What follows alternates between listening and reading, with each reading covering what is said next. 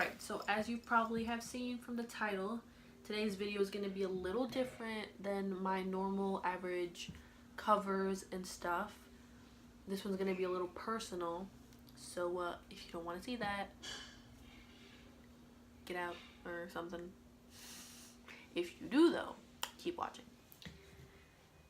If you see me like looking this way, I'm trying to remember everything so I don't ramble, so I wrote it down. That's what I'm doing. So, hello world, hello internet, hello anybody else who could be possibly watching. It is me, Christina. Today, I'm going to be talking about how, when, and why I tried to commit suicide. Today is the day. You know, for a couple weeks now, I've been trying to... My fingernails are wet. Anyways, I've been trying to, like, decide if I was going to do this video or not.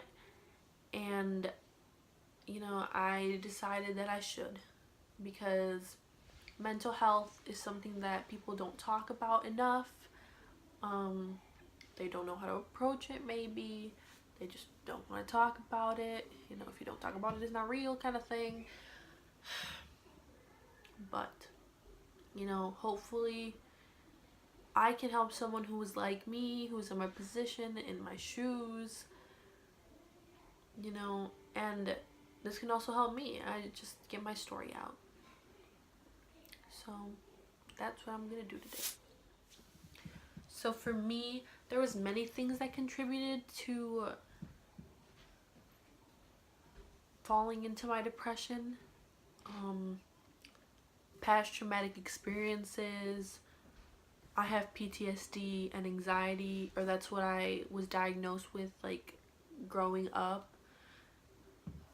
And that's where I thought I was going into all this mess. So in August, I had a traumatic experience that caused my PTSD to get stronger and, like, worse. But I didn't deal with it. I didn't get help. I decided to just repress it all and just bottle it up inside, which is really unhealthy. But that was my way of dealing with it. I was just like, you know what? If I don't talk about it, it's not real. It didn't happen. I'll be fine. And I was really busy at the time. I had 2 jobs. I was in charge of my family. There were so many things going on. And I just kept telling myself, like, you don't have time to be upset. You don't have time to, like, deal with this right now. So just, you know, it'll be fine. You'll be fine. You don't need to deal with it. It's cool. And fast forward to November, and I'm depressed. I have this overwhelming sadness. I'm crying. The nightmares are terrible, and I'm not eating. I don't know what's going on. I just know that I'm really upset, and I can't do anything about it, or can't seem to shake it. You think that, you know, you have one bad day, and you're like, you know, it's just a bad day. It's nothing more than that. But in my case, at least, my traumatic experience caused the chemicals in my brain to become unbalanced, and that was causing my depression at the time. And so I went to my doctor, and I was like, you know, I'm not eating. That's what I went to her for, not the other traumatic stuff or the depression, nothing. I was just, I'm not eating. Help me. What's going on? And she was like, maybe it's your anxiety, because, you know, you tend to stop eating when you get in, like, really anxious and stressful situations. And I was like, what? No, that don't even sound right, even though that was exactly what was going on. And then after, like, 20 minutes of crying and, like, trying to get me to open up, I finally told her what happened to me. And, you know, she recommended that I go to a hospital that has, like, an inpatient program, and I did, and I wasn't really honest with them, so I didn't get all the help I needed. And I don't know. It was just like a bad thing on my part. I mean, you don't know these people, you don't trust them, and I had never been to a therapist before, so I was like, I wasn't really, it was a mess. But I did get medication for like my anxiety and like things to control my like depression, so that was helpful. And then I had a psychiatrist, so like I would talk to him, kind of, he's more just kind of like write you the thing for your meds, but you know, I still talk to someone. But then I got out the hospital and I started feeling better, and I stopped taking my meds, and I stopped going to my psychiatrist because he was far and it was expensive, and there was just so many things, and I was like, you know what, I'm good, I don't need it. But little did I know that I wasn't good and that I did need it. So fast forward to January, I started getting all sad again, and I stopped eating, and the nightmares. And it's like this time they came back like twice as bad. I didn't want to do anything. I couldn't do anything. It was so bad. And this time I didn't decide to get help. I didn't ask anyone for help. I was just like, you know what? It's like I had given up. Something in me had given up. And the moment that happened, I just broke. I remember the day so clearly. You know, I hadn't slept all night because of my nightmares, and I remember going into my parents' room at like 2, 3 in the morning and being like, you know, like, I don't feel well. It was like a Sunday, so like church and stuff. I was like, I don't feel well. Not going to church. And they were like, you know what, honey, it's fine. You can stay home. It's okay. Like, you feel better, rest.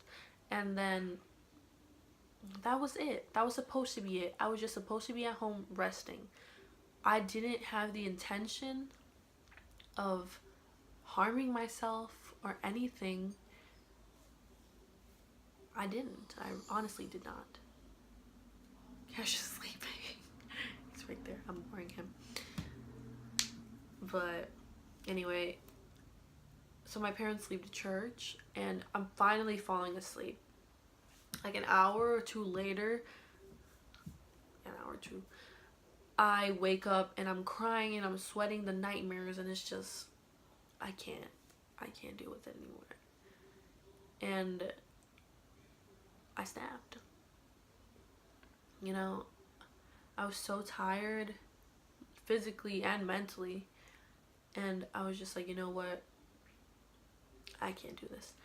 And then the suicidal thoughts start racing through my head, and they were going so fast I couldn't even like think. It was just like so like there and present, and it was like, you know, today's the day, you know, you can't do this anymore, you're exhausted. And I was. And so I went to the kitchen, to like this cabinet where we have like all the medicine and stuff, and I took anything that I thought could harm me, and I brought them to my room, and I started thinking about everybody, like my parents, my friends, and I'm like, they deserve something, you know, like a note, a video, something. I didn't really think about how they were gonna feel. I just thought like they deserve an explanation, and to know that they couldn't have done anything and that this was me. Like, I just couldn't handle it. And that is where the video comes into play.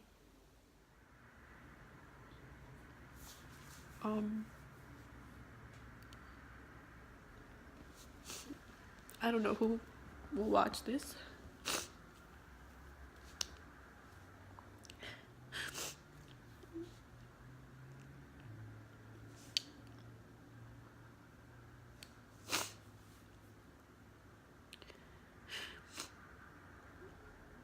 Whoever is watching this,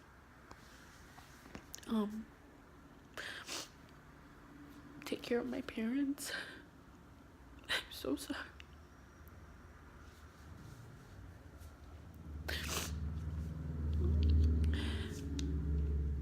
There's nothing they could have done.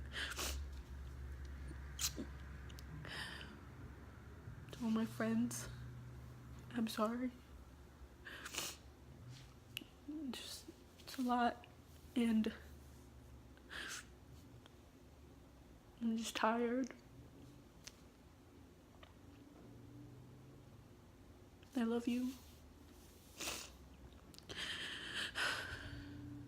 Take care of my dog.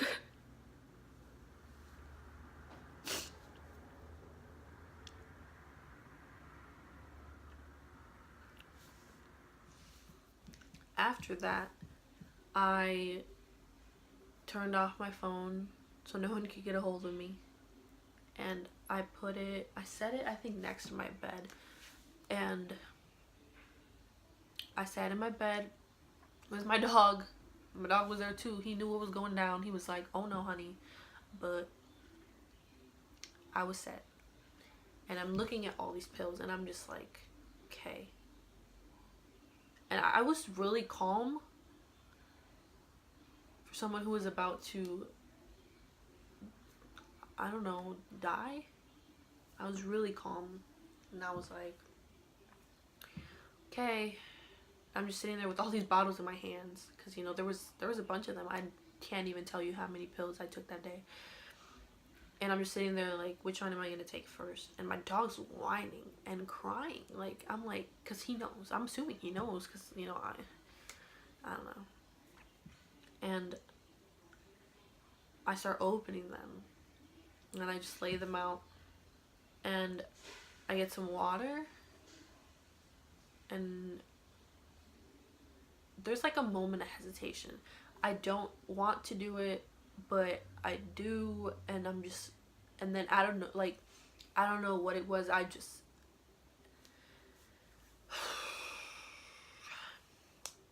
started taking them, and I drank so many. And I remember when I was done, I don't know what I was expecting. I just know that in the movies, everyone just collapses and it's done with, you know? And so that's kind of what I expected, but it didn't happen that way. I got really dizzy and nauseous, and I literally just laid down, like, waiting for a death to come or something. And the only thing that came home was my parents. Like, and my dad came into my room, and he was like, he looked at me, and he looked at all the pills, and he was like, "What did you do?" And next thing I know, I'm in the hospital, and they're asking questions, and how many did you take, and how long was it before your parents came home? And I'm sitting there like, I don't even know what I just did. I can't believe I did that. Oh my God. My parents are crying. You're not dead. So many questions. I was so confused. And I had taken blood pressure medication because my dad has like high blood pressure, so it's like to lower it. And so my heart rate was dangerously low. I spent 3 days in the ICU because they couldn't control my blood pressure and stuff like that. Like, my heart was just all over the place. And it was just a crazy experience. I met a lot of great people, like nurses and people who had to be with me around the clock because I was on like suicide watch. And then I ended up back in the hospital. But that time I was a lot more honest with them, or at least I had to be, because like they knew that I had tried to commit suicide. So they were like, "You're obviously not okay, and we're not gonna let you go that easily this time." And I met this great therapist, and she has honestly changed my life. She's become like a second mom to me, and I don't know what I would do without her.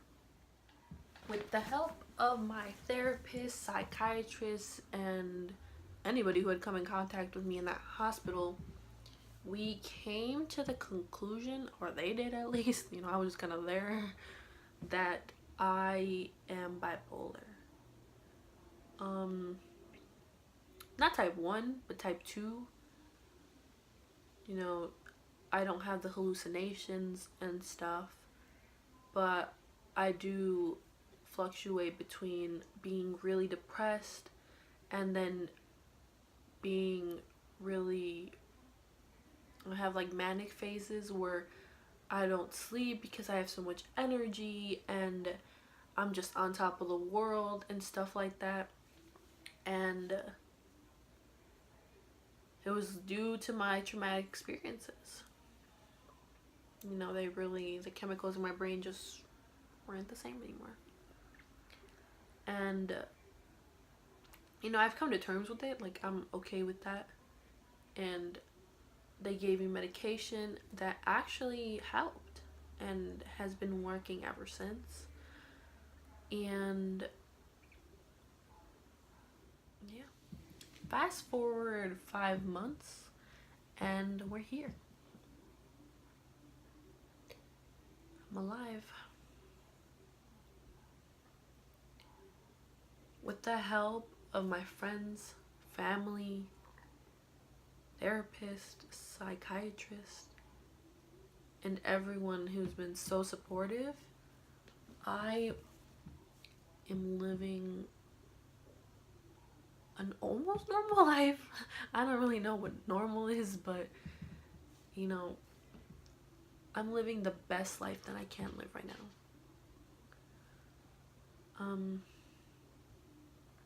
It gets better. I don't know when, I don't know how, but it does eventually. I visited the hospital one more time in April. I got sad again, depression, fluctuating, and I got help again. And there's nothing wrong with that. There's nothing wrong with asking for help. There's nothing wrong with having to go to an in-treatment facility. As long as you are getting what you need. But you can't sit around and just wait and wait, because things like this build up, and I don't want you to be in that place where you're like, this is my only way out. My advice for anyone who is suffering with anxiety, depression, bipolar disorder, anything, is talk to someone. Whether it's your family, a friend, a therapist. Seriously, therapists are like really cool. You can tell them all your problems, and you know what? They can't tell nobody. So I was kidding, but still, like, they are there to help, and it doesn't make you feel it's like crazy.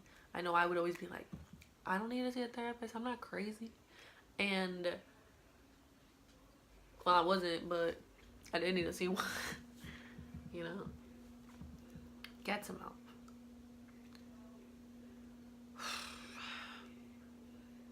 I want you to be happy. I want you to be okay. I want you to live your best life. I'm living my best life. It gets better. That's all I gotta say. I was editing this and realized I didn't film like goodbye thing. So hopefully you enjoyed the video. Let me know if I should do more videos like this. There's so many things I could talk about that are important. Can even have other people talk about their experiences, how they've dealt with them. Just let me know. Or I can just stick to covers. I mean, it's really up to y'all. My mom made me a tostada with beans and cheese. Good stuff. Stay safe. Be happy. Yeah. Love you.